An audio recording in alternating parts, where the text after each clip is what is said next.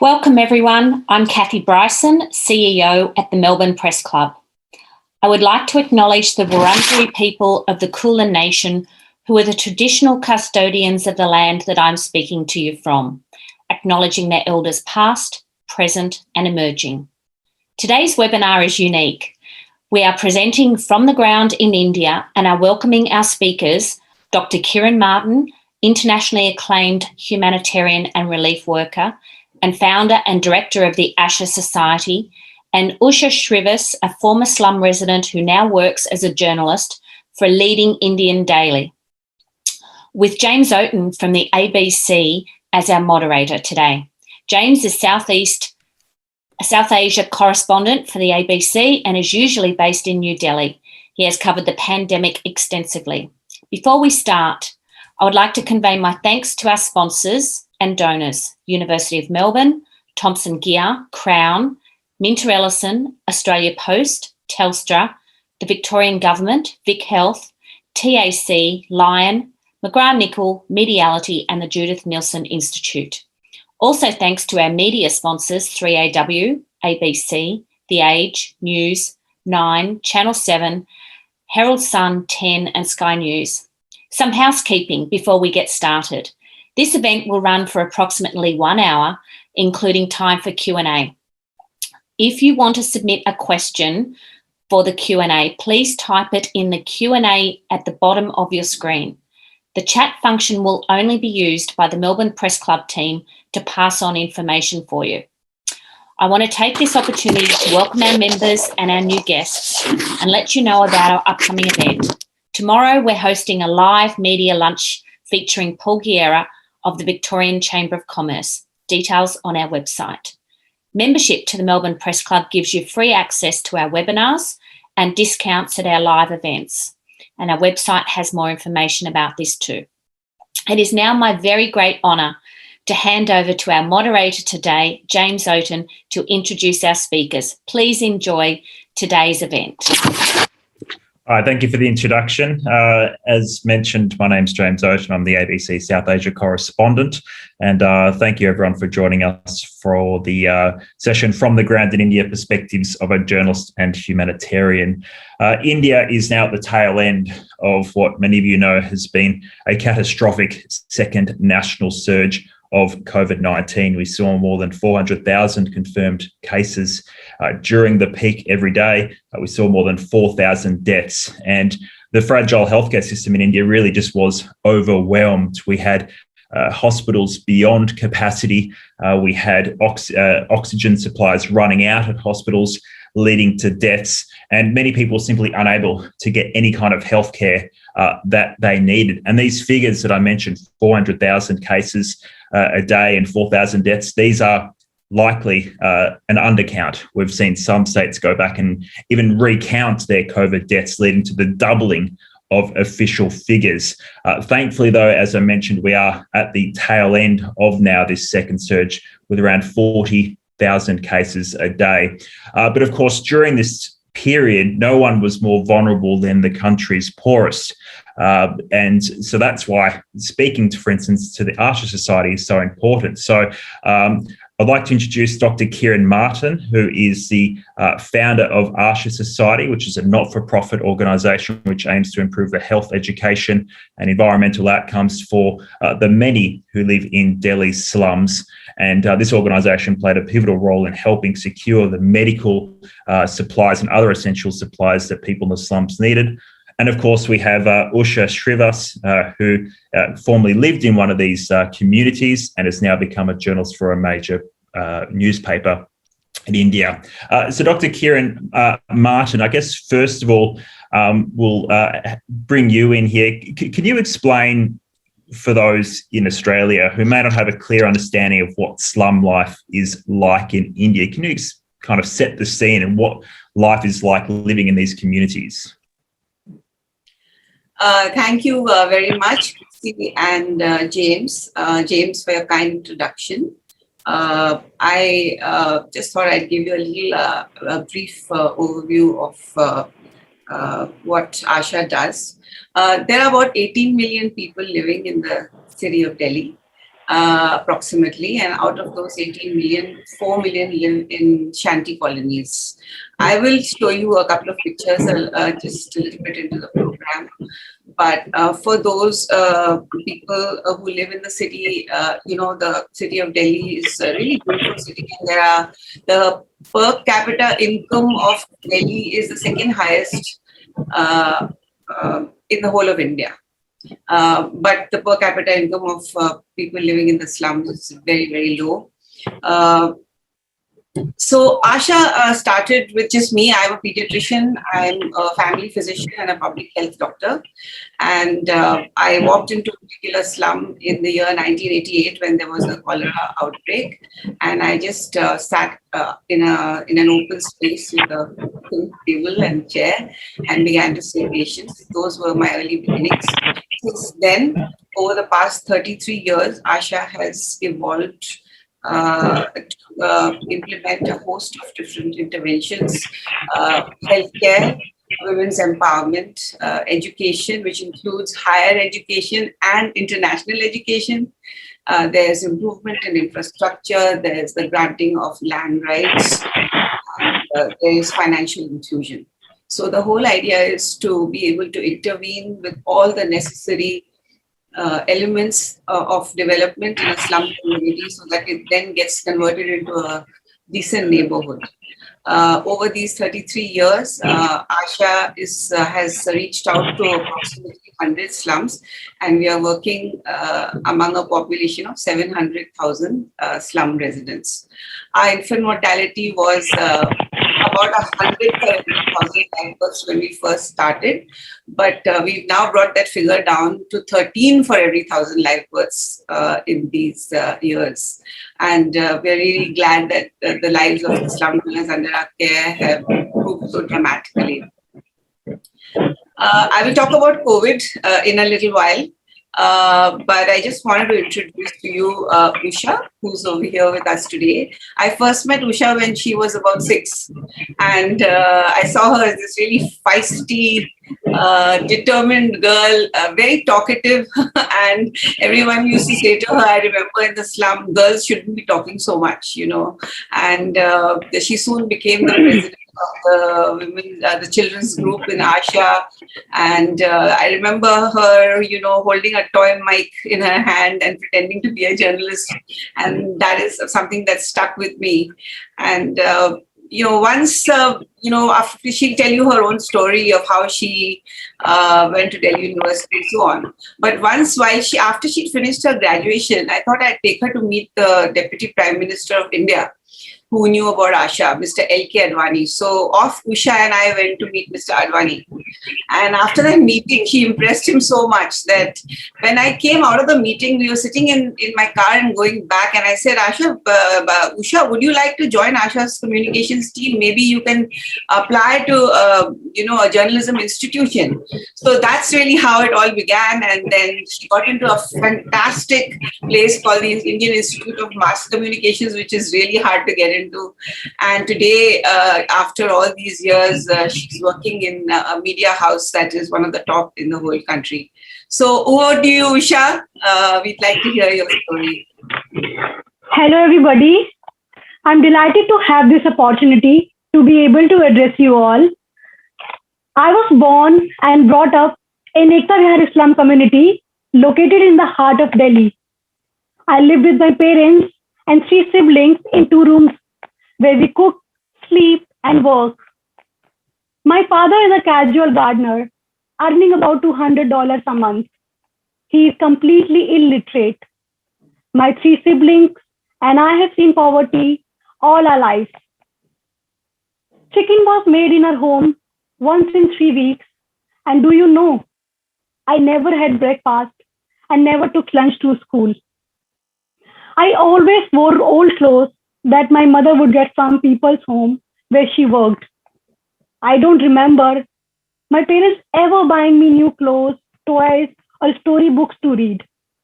They never had any money for all these things.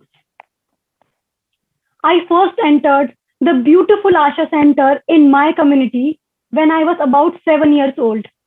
I joined the Asha Children's Group. I would love to come here after school. We played games, read books, and learnt about our rights and responsibilities. We work hard to promote good health, send young children to school, and do community service. I was thrilled when Asha gave me the opportunity to learn English through the Asha volunteers who came from all over the world. Before I got this chance, I did not speak a single word of English since nobody in my family or community spoke English. I studied at school with Hindi as a medium of instruction. Without Asha, I would have never been able to come before you today and speak like this.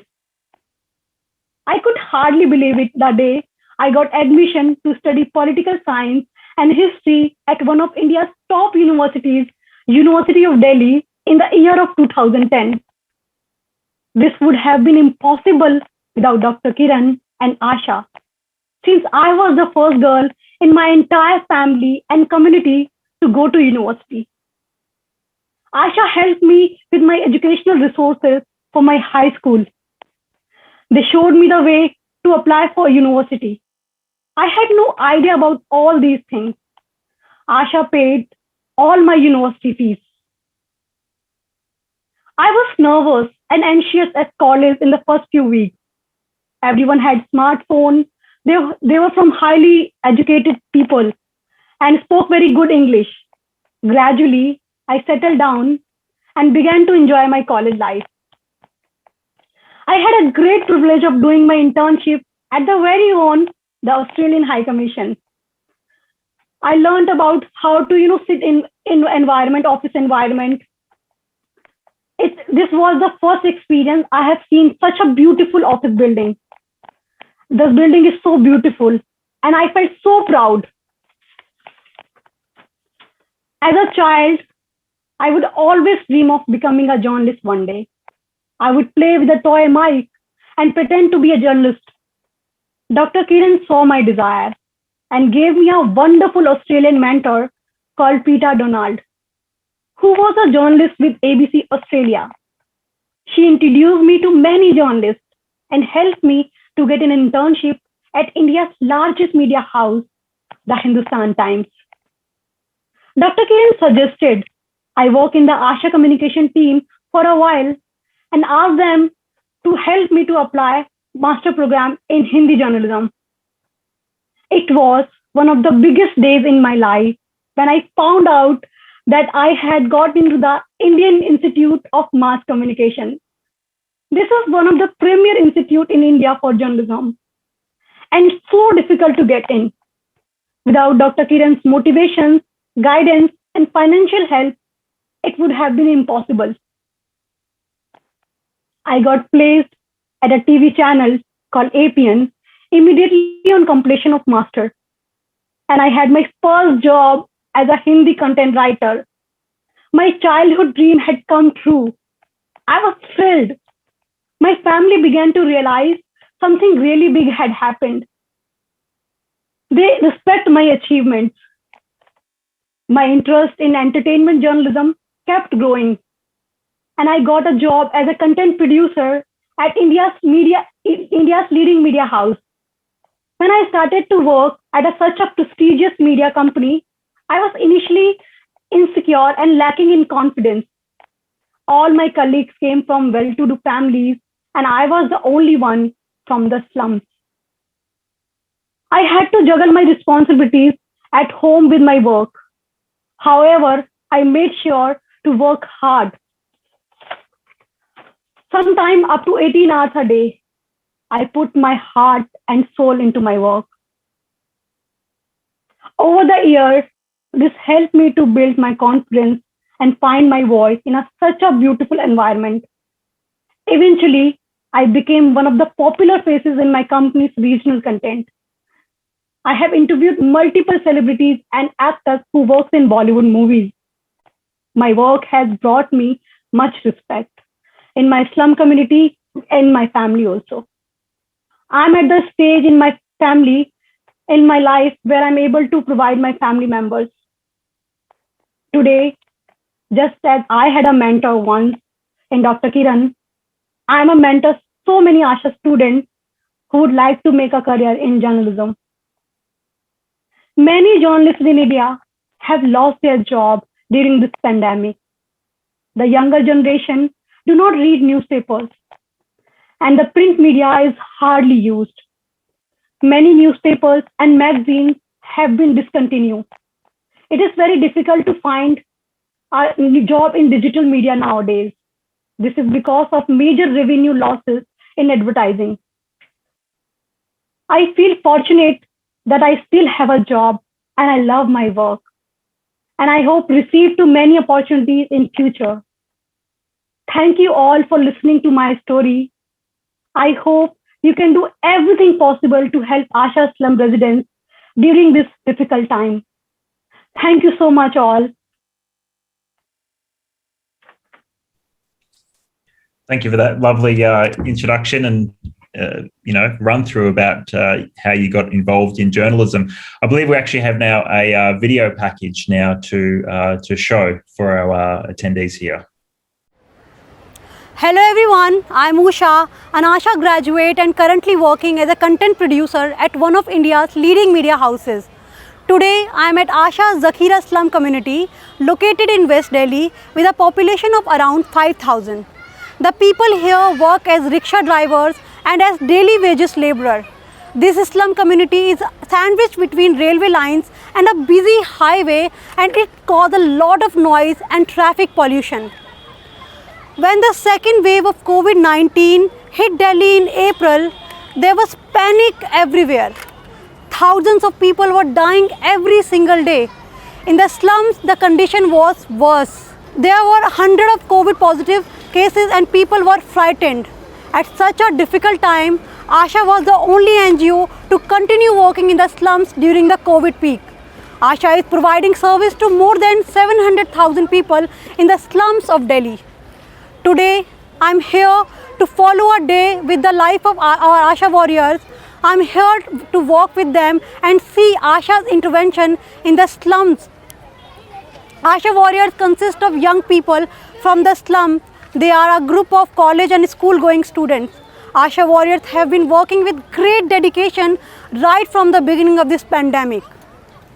Let us have a look at the continued effort the Asha warriors are making every single day to save lives in the slums. I am now going to walk with the Asha warriors and follow what they are doing today.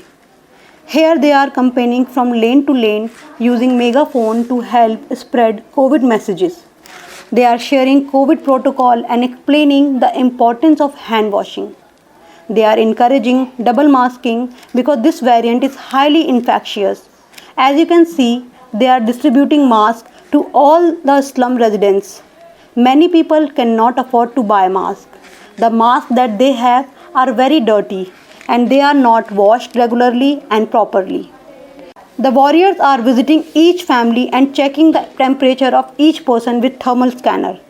They are also using pulse oximeter to check the oxygen levels of patients who are having difficulties in breathing. They identify patients showing flu-like symptoms, and the Asha nurses come to the home of the suspected cases to examine them. The warriors have formed trusting relationship with the people of community. That is why they are not afraid of disclosing their symptoms. They are always scared that the government might quarantine them in a government facility. They are also afraid of being shunned by other community members. As soon as suspected cases are isolated, the warriors take them for RT-PCR testing to the nearest center. Here is a warrior taking a patient with flu-like symptoms for COVID testing. I came to know from the team and warriors that all seriously sick patients with COVID are being treated in their homes by Asha. Last month, there were no hospital beds and no oxygen available. Asha team treated all the patients at home using oxygen concentrators and medicines. I was amazed to get to know that only one serious patient died. Rest have all been saved. Here, I am at home of COVID patient who's being monitored by the warriors many times a day. They take their blood pressure, check oxygen levels, pulse rate, temperature, and blood sugar levels. Because the warriors are checking the patient many times in a day, the patients are getting better. This is a warrior taking some residents to the nearby vaccination center to get vaccinated. They are motivating the people because many of them are scared to take the vaccine. If the warriors don't take them, hardly anyone will go on their own. Now, I am at Asha Community Health Center in Zakhira. Shiny, who is a nurse and the team leader, is giving vitamin D3 injections to the adults. She explained to me that the vitamin D3 levels are low in all the people living here. Giving these injections will increase the immunity levels of the population. The people are telling me that they are very happy with these injections. Here we can see the feeding program of Asha for malnourished children and women. They come here to eat the Asha Laddu daily. They do not get a proper diet at home and they have lost a lot of weight during the pandemic. Because of the pandemic, most people have no work. They are on daily wages and nowadays they don't have money to buy nutritious food and make proper meals. Here I can see that the Asha team and warriors are giving groceries parcel to each and every family. Asha is standing with them during this crisis and during such a difficult time. Here is the Asha IT center with high-speed internet. Here the students are able to do their school work and university work. The impact on education has been severe with young children forgetting their basic education. Most of the slum families cannot afford to provide online education facilities for their children. If Asha was not here, the students may have dropped out from school and college. Here you can see the warriors providing free coaching to the students in various subjects.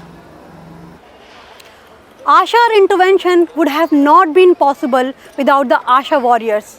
They are brave and hardworking and they are role models for the people in their slum communities. Asha continue to provide the warriors with safety gears and medical equipment that will help them with their daily work. I appeal to you to be generous with your contribution and support the work of Asha. Hundreds of such slums still need your help to survive during this pandemic. There is still a long way to go and a lot need to be done to help as many people as possible. Please help the Asha warriors to save lives. Thank you for that video. So we'll talk to Dr. Kiran Martin now as well, bring you back into the conversation. I guess, first of all, Asha and yourself, endured the first surge last year that hit Delhi. Delhi probably had about 3 surges. I know we talk about first and second national surge, but Delhi had about 3 last year. But there was something different about this year. First of all, in terms of as before this second surge hit, were you prepared for this second surge? Were you aware that this big second national surge was coming? How did it impact the services that you deliver? I mean, in the first surge, we were absolutely taken by surprise with that lockdown. And right the very next day, we were out in the slums, our team taking care of all that was going on. But in the first surge, we did not see that many COVID patients in the slums. And we also did not see young people getting affected at all. And that is why the warriors came out, and they were not at all scared. And, they were the mainstay. The young people were the mainstay of all our interventions. And so our interventions were more focused on the joblessness and the difficulties that slum dwellers were facing with the financial stress. But in the second wave, I don't think anyone was prepared because I was actually in the US and I came back when there were only 200 cases in Delhi, thinking, now we can have our get-togethers and we can normalize, and life at Asha had also begun to get a little bit normal. And I was barely here for 10 days when this mayhem started. I don't think anyone was prepared for it. And we were all completely shocked. And when we saw what was going on in the slums, it was just unbelievable. Nothing like the first wave. And I would agree with that. The speed of this second national surge was terrifying. It went from an uptick of cases to breaking last year's national record in maybe a couple of weeks. And so at what stage did you realise that this is something different? We now know more about it. We know the Delta strain, how infectious it can be. But at what point did you personally realise that this isn't at all like last year, this is something else? I started getting desperate phone calls, that there's hundreds of COVID patients in different slums. So I immediately rushed, and my entire team and I, along with all these warriors, we found there were hundreds of cases everywhere. Young people, middle-aged people, older people, and we had people who were desperate. They would come and start crying before us. Please do something because we've been refused admission in all these different hospitals and we have nowhere to go. And so we decided that we were actually going to provide them with critical care in their slum home, something that we had never done in our lives. Of course, we then went about it in a way in which we could triage the patients and give them treatment based on the level of severity. And before I ask the next question, just to let the audience know that they can submit questions, and we will put some of those questions to our guests today. Oxygen was the front line. You mentioned, Usha mentioned in her story just now, Oxypulse, which we don't really have in Australia, which for those who aren't aware, it basically just clips on your finger and tells you your oxygen saturation. And anything 95 to 100 is great. What we often saw is those who ended up with severe illness and would die had their oxygen dropping to levels, 70, 60, 50, and often it was too late. How hard was it for your organisation just to secure oxygen and get it to those people who need? We heard not the supplies were low, but the price on the black market, it just shot through the roof as well. Absolutely. Never seen this sort of a scenario in all my life, with patients not having enough oxygen. And the price of one cylinder went up from 800 rupees to 8,000 rupees. And the price of an oxygen concentrator, which is about 35,000 rupees, was being sold in lakhs. And first of all, there was no oxygen concentrator available. So what I did? I thought that, since there's no oxygen anywhere, let me try something else, while I was trying to procure the oxygen concentrators. I remember patients coming to me with SpO2s of 50, 55. And I'm going like, what can I do? There's no oxygen anywhere. So what I started doing is I started nebulizing them. I started nebulizing them with steroids every 2 hours, obsessively. And then I started also giving them oral steroids and anticoagulants because that this is a thrombotic illness where there's, coagulation in the alveoli. So I did that. And to my greatest surprise, a lot of these patients who were SpO2s of 55 to 70 they started going up. And now I've been asked to, do some documentation on the importance of nebulization in this particular strain. And then what happened is that some wonderful Asha supporters from the UK sent us oxygen concentrators by freight. And then we had those. And it was just in time because the cases were bursting all over and we were able to provide them with this oxygen through the oxygen concentrator right in their very homes that we created into a small little hospital room. A slum room got converted into a hospital room. And without a doubt, that would have saved lives because for many of the doctors that I spoke with in the hospitals, people were dying who could have and should have survived the infection if only they got oxygen. Usha, can you explain then for me as well, you lived through the surges last year, now the second national surge this year. What was the moment when you realised that this was something else? It was unlike anything India had experienced before. We are in Ekta, we are living together. We don't have that much of a space. We can't maintain that social distancing too much because we have to go out for water. We have to go out for, vegetables and other things. When I realized people are not going for their water things, and not for vegetable things, we are stuck in a small room. And I'm working since 1.5 years from work from home. And I learned about how people are not going out, and police are roaming in my lane that don't come out, and they are beating people because it's very difficult for slum people. We are living in a very small house, very small room, and it's very difficult to convince people to stay their home, don't connect with each other. This is difficult for all of us. Then I realized, because in first wave it was not that difficult. It is difficult, but not in that level. But in second wave, we can't see people, like my neighbor. I can't see my neighbor. I can't hear their voice. They are shut down themselves in their home. So then I realized it is it's very high range in Delhi.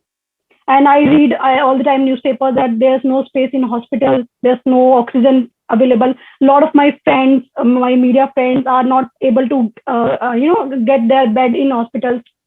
So it was scary, very scary situation. I was afraid of my family, my relatives, my neighborhood people. I was really afraid. And always on phone we motivate people to stay calm, stay home. So we never did that. Sorry. How hard was it to continue reporting it? And I'll ask you, Dr. Kiran Martin, later about the aid work that you guys provide. But many journalists that I know and camera operators stopped going out. It was just simply too dangerous. How did the media, how did you as a journalist continue finding those stories during this catastrophic surge? I'm a content journalist, entertainment journalist, so I have to do things from my home. But I can tell you that my all friends who cover general news, who have to go, outside the hospital, nobody cover this, but it's not on paper. But a lot of journalists died during COVID. A lot of affected by twice, not only once. One of my friends who cover health sector, he affected by 2 times. From COVID, and nobody covered this because in India, media journalist condition was not that good. You have to report, you have to go out, you have to cover this and that, you have to do things. I'm a writer. I can say that I can write from home. I can do my video work from home. But who cover health sector especially, this was very difficult for them. A lot of my friends died. A lot of my friends affected 2 times from COVID. And nobody covered this. Nobody, neither company, I give you that relaxation or something. So this is condition. This was the condition in India. Just before this surge hit, there was a lot of speculation about what's happened to COVID because it kind of seemed to disappear for a few months there. And there's, if I can give a bit of commentary, it felt like a bit of congratulations that India had defeated COVID and it was over. And even talk about herd immunity in Delhi because of serological surveys, for those who don't know, tests antibodies in the blood. And the latest one showed that half the population of Delhi had antibodies, meaning that they were probably immune now. Do you feel that there was some role that the media could have played to better prepare or warn the people before this kind of second surge, or maybe the government and not being clear with their warnings? How do you kind of see this moment just before the second surge and what the media maybe could have done better? Yeah, actually, I feel that just after the first wave of COVID, we were all relaxed that we beat the COVID, and media starting covering their election thing, their rally thing, PM and other minister go out for rallies.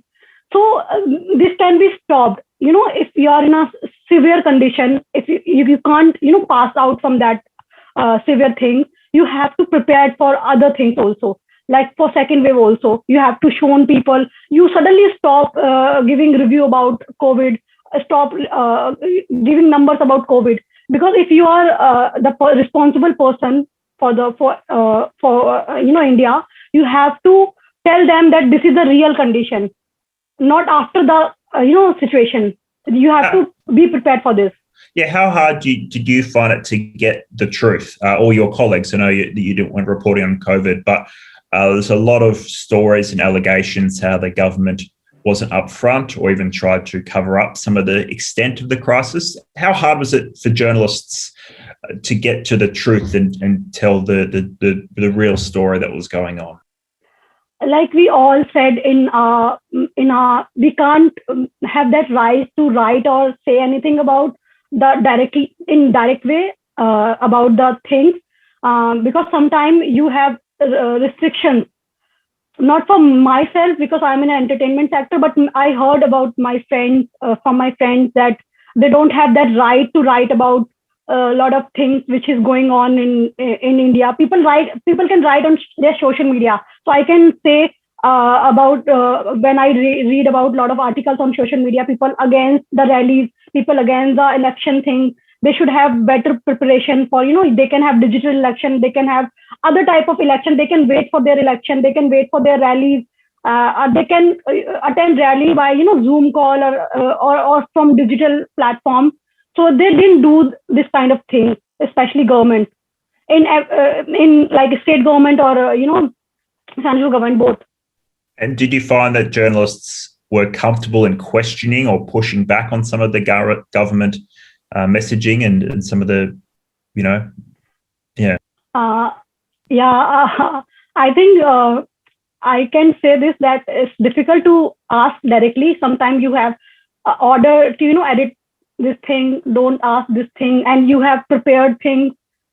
Not in every sector, not only political things, even in entertainment. A lot of people ask me, don't ask about this controversy, don't ask about this thing.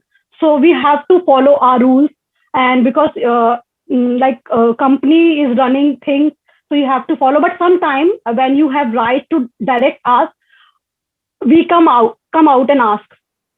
It was even hard for some journalists to even find the people to ask the questions because they seem to disappear at the crucial moments.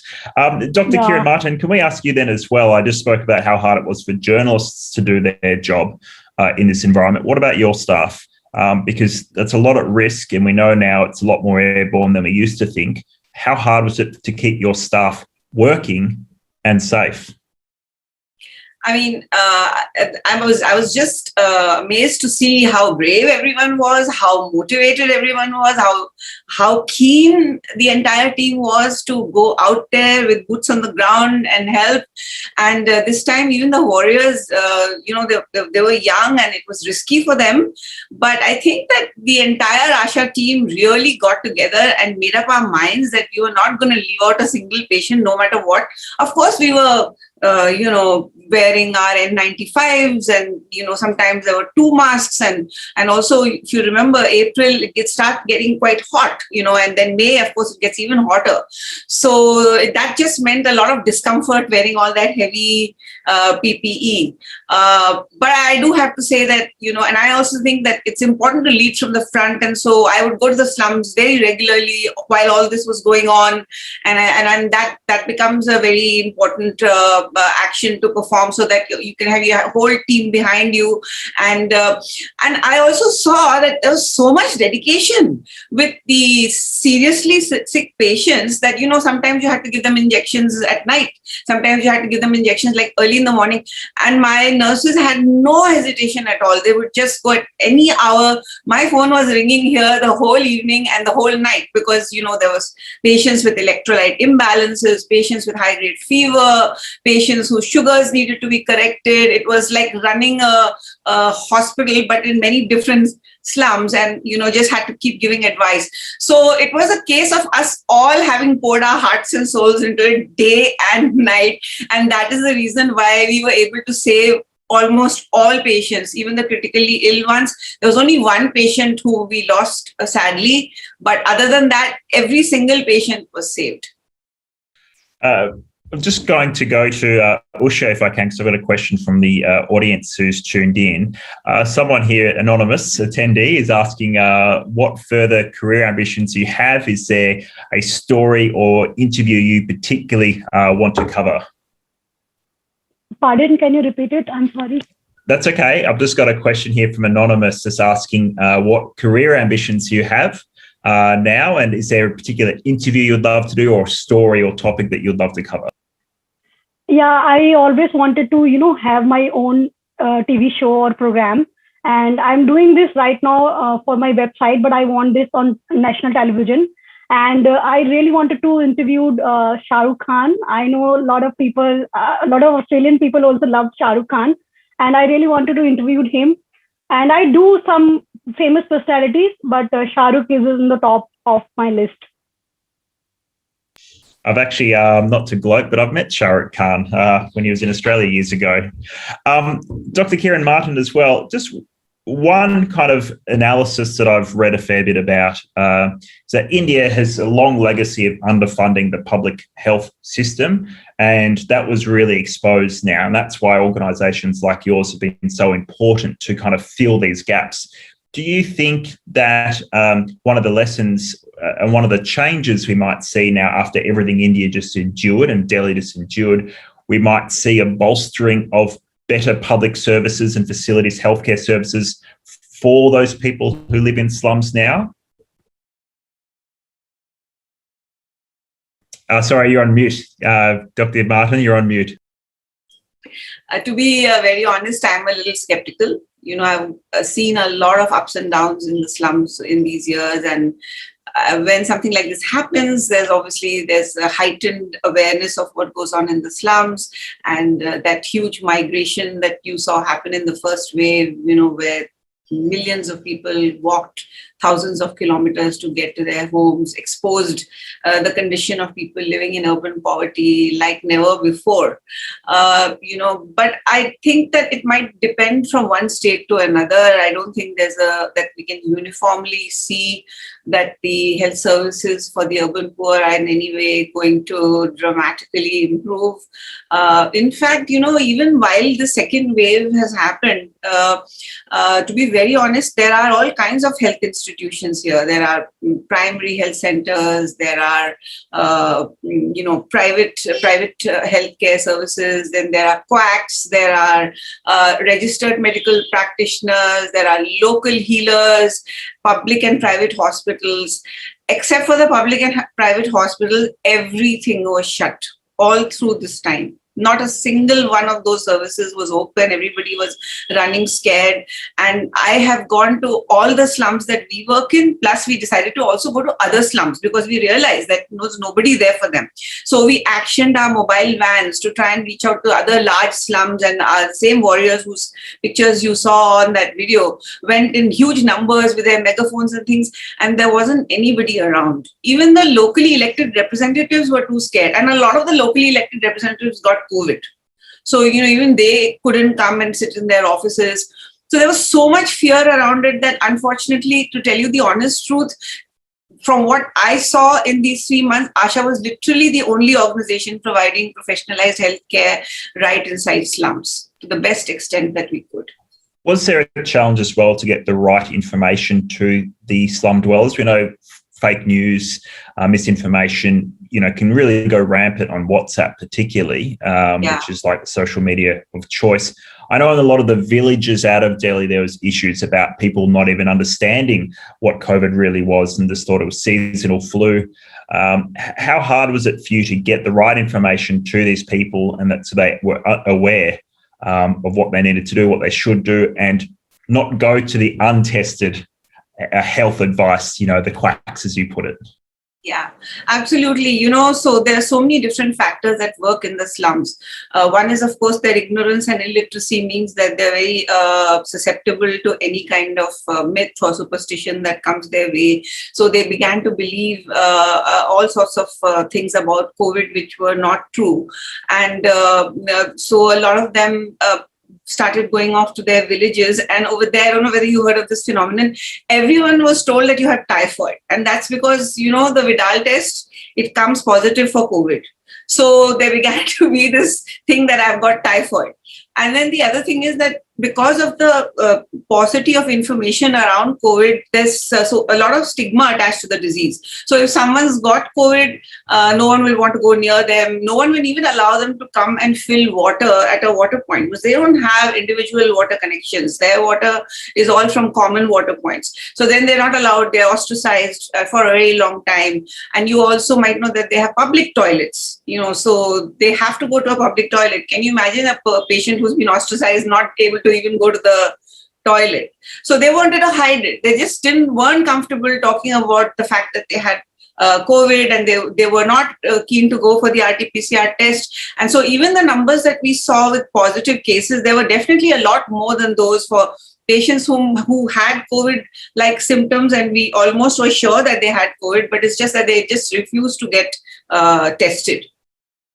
And certainly the fact that people weren't coming out to get tested because they were scared to get tested, that actually contributed to some of the problem, because, as I mentioned earlier, people's oxygen levels would drop to dangerous levels and ends up being too late. What about vaccine hesitancy? There's once again misinformation that I've read women can't take the vaccine when they're menstruating and things like that, which is completely untrue.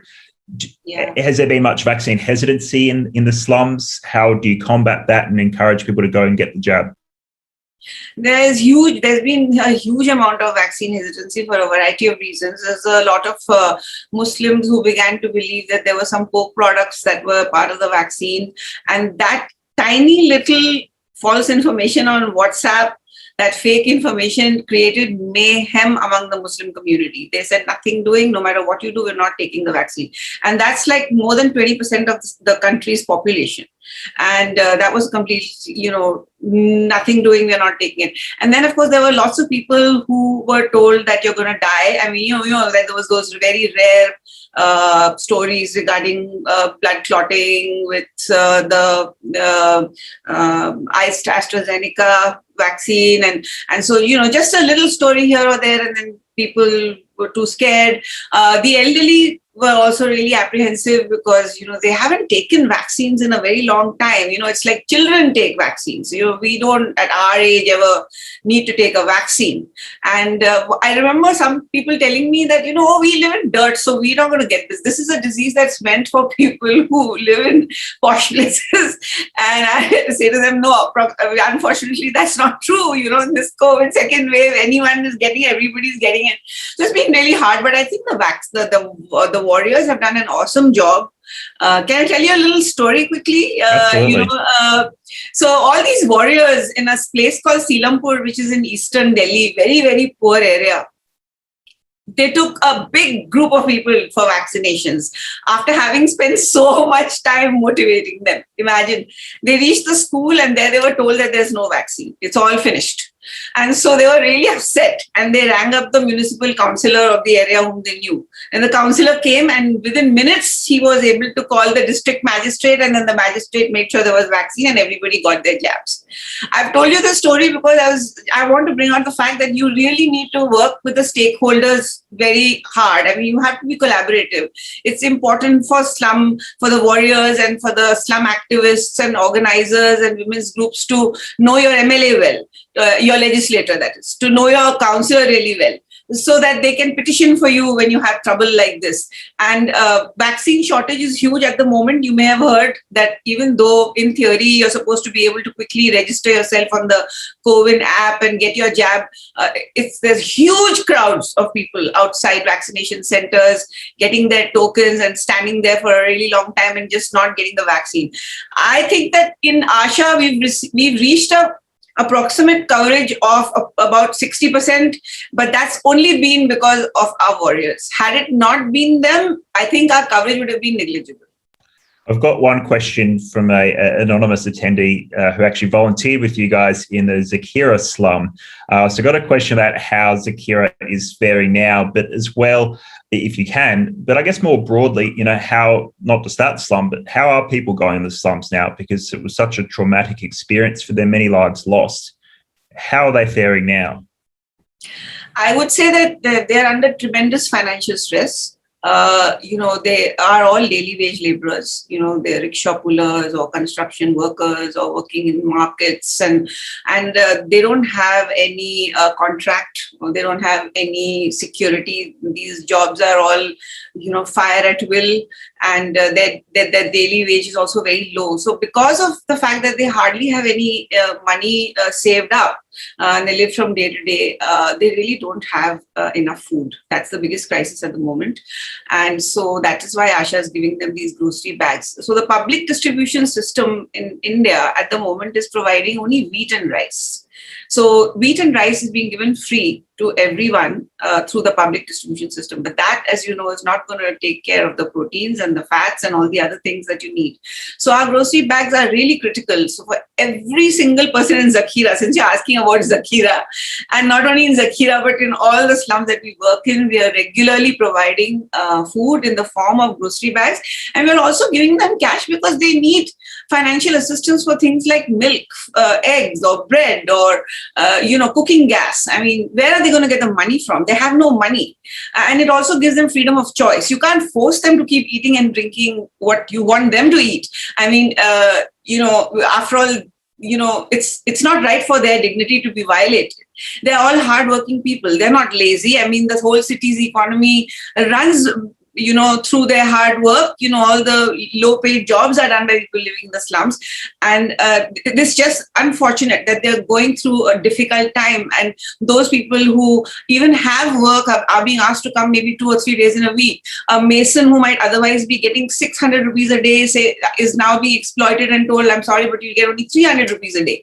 So, there's all kinds of exploitation and limitations to what people can do. Even the young people of Asha who went to university and worked in big companies are sitting here at the moment jobless because those, for example, if you're working in in a visa company, VFS, Global Services, that company shut, so there's no visas being given out. So students are also sitting at home.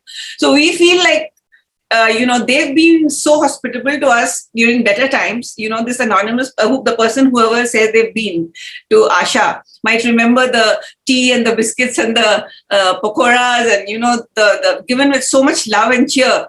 And they shared of their, whatever they had with us. And I feel that this is a time when we don't know how long it's going to last, but we absolutely must stand with them during this hour of great need and be their true friends during this time. And Usha, I'll bring you back in now as well, please. What about the media? What's changed there after enduring this surge, the surprise when it arrived, having to risk their safety by reporting on it, and now coming out the other side? Has there been any big changes amongst your colleagues or the media landscape more broadly that you've noticed? Yeah, I have noticed that there's no lot of vacancies for the younger generation because I pass out from my institute, Indian Institute of Mass Communication. The new generation of the institute, they sent me their CV, ma'am, please help me with my job. Can you please arrange this? Can you please arrange this? Because there's no job. And with experienced person also not getting job in, such platform, there's no money. Like you are working very hard, so you deserve a good amount of salary. But they are not getting this. And like print media, a lot of people lost their job during, who's earning so much, so good amount of salary. They lost their job. So they are in a trauma, you can say, and they are now, on platform to find new job. They will going to start their new journey after so many years in the field. And so many people want to change their field. Now they don't want to work in the media sector because they thought media didn't provide lot of good amount of salary. Also, they don't have vacancies nowadays, and also they don't have right, to say things, to write things. There are a lot of things in media these days after pandemic. And also, just quickly, with misinformation, how challenging did journalists find it to challenge these messages that fly around on WhatsApp and spread rumors and misinformation? How tough has it been for the media to keep people to keep their attention? I found out this is not only illiterate people, literate people also affected by the fake news or fake WhatsApp messages. They come to me and show me that this is the real news. You are telling me wrong. So this is very difficult to all of us who's literate and who know the reality. It's very difficult to convince literate and illiterate people both with the fake news, with like in vaccination case, a lot of literate people, I heard that a lot of literate people don't want to get vaccinated. They heard that, it affected their body, people will die, like Dr. Kiran says. So it's very difficult for us, to make articles about this, to have, we have to make videos to convince people. And we have to make, animated movies or animated documentary to convince people to get vaccination. Now, just let the audience know, it is on the chat section that there is a Friends of Asha link. So if people do want to donate to Asha, they can do so. Friends of Asha is like the international Australian wing, which will help then connect the money to the Asha Society who do the work. Usha, I'll let you have a final comment now before we wrap up, and then I'll go to Dr. Kiran Martin. Is there anything, last thoughts about, after everything you've endured now and the city of Delhi's endured, any last kind of thoughts, things that I haven't asked you that you'd like our audience to know about? I wanted to tell you, first of all, thank you so much that you all take time and attend this meeting and listen our stories. It was difficult time for all of us in India, in Delhi, to survive that second wave and to convince, especially slum people. It was very difficult because people are illiterate but innocent from their heart. They are not. They lost their job. They lost their own ones. They lost a lot of things in this pandemic. So it was a difficult time, and it is still a difficult time to, come take them again on the platform. So I argue everyone who's listening me to help Asha, to help us, to help me, to help a lot of students who's, going to start their career, who's going to start, helping other members in community. It was difficult task for all of us, but we make sure that everyone should get their, food, should get their water facility, should get their rights, and most important, emotional support. In this pandemic, Asha Warriors, Asha team was the emotional support for all of us. We called people, we talked to them, we consoled them in a bad time.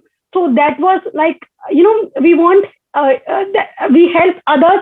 Now we are in this difficult time. We need help from others. And so, Doctor, thank you. Thank you. Sorry to cut you off there. My apologies.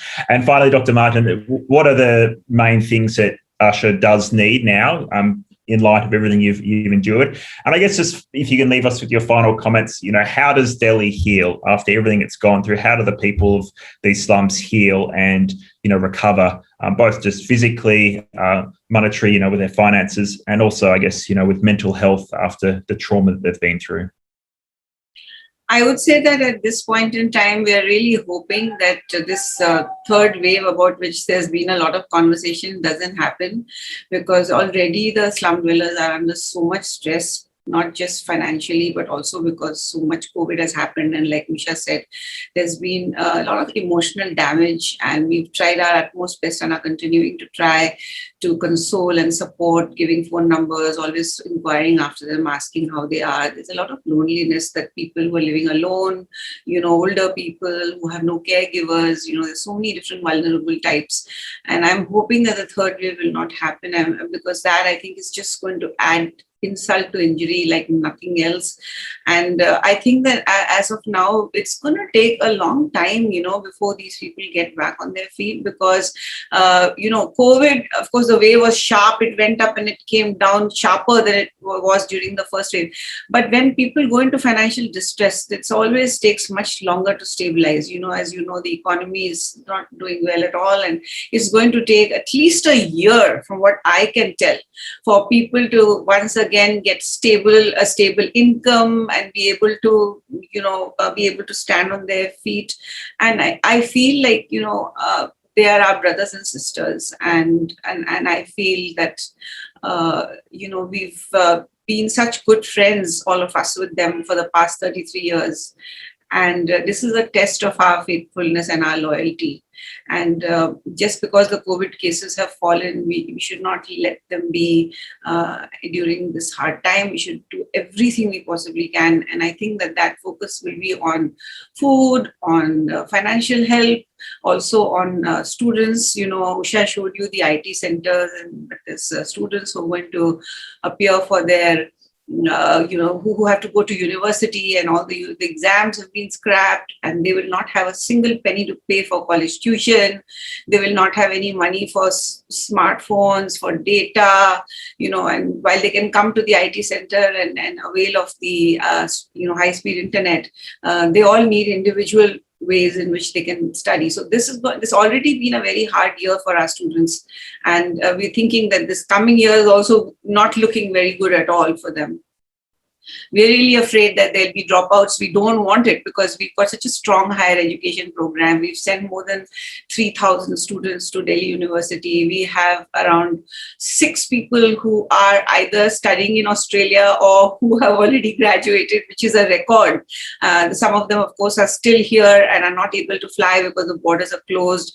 Tushar has already got admission at the University of Sydney to do a master's in international relations, but he can't fly there. Amritesh is studying Masters in International Economics and Finance at the University of Queensland, but he can't fly there, so they're all doing this stuff online. And they need all the support that we can possibly give them. Just wanted to mention that the Australian High Commissioner has been very supportive. I mean, all Australian High Commissioners, even going back many years, have been supportive. But Barry O'Farrell, he came to the Asha, one of the Asha IT centers that was actually was funded by Australia. So you guys have actually been, trailblazers with IT, trailblazers with international education, and in so many different things. And so it's exciting. This partnership is really exciting. And Barry was there and he inaugurated the IT center that was the money for which was donated by some very generous Australians. And they also gave us funding from their direct aid program for our efforts. So I'd really like to recognize their contribution. And I cannot tell you how grateful I am that Australia is trusting us with your resources. You're believing in us. And this friendship of 20 years with Australia has stood the test of time. And at this time also, when we were at our worst and our brothers and sisters were at our worst, you did not leave us. And that is something that we will always remember. We know that you will continue to steadfastly be our friends for as long as this crisis lasts. Thank you very much. And just to remind our audience here that there is the Friends of Asha Society link. But otherwise, if you get in touch with the Melbourne Press Club, I'm sure they will point you in the right direction of how to support Asha if that's what you do want to do. Dr. Kiran Martin and Usha Shrivas, thank you very much for your time. It's greatly appreciated. And I hope you're both well after what's been, no doubt, a very traumatic and harrowing time for you and your colleagues as well. So thank you for taking the time to speak with us and our audience.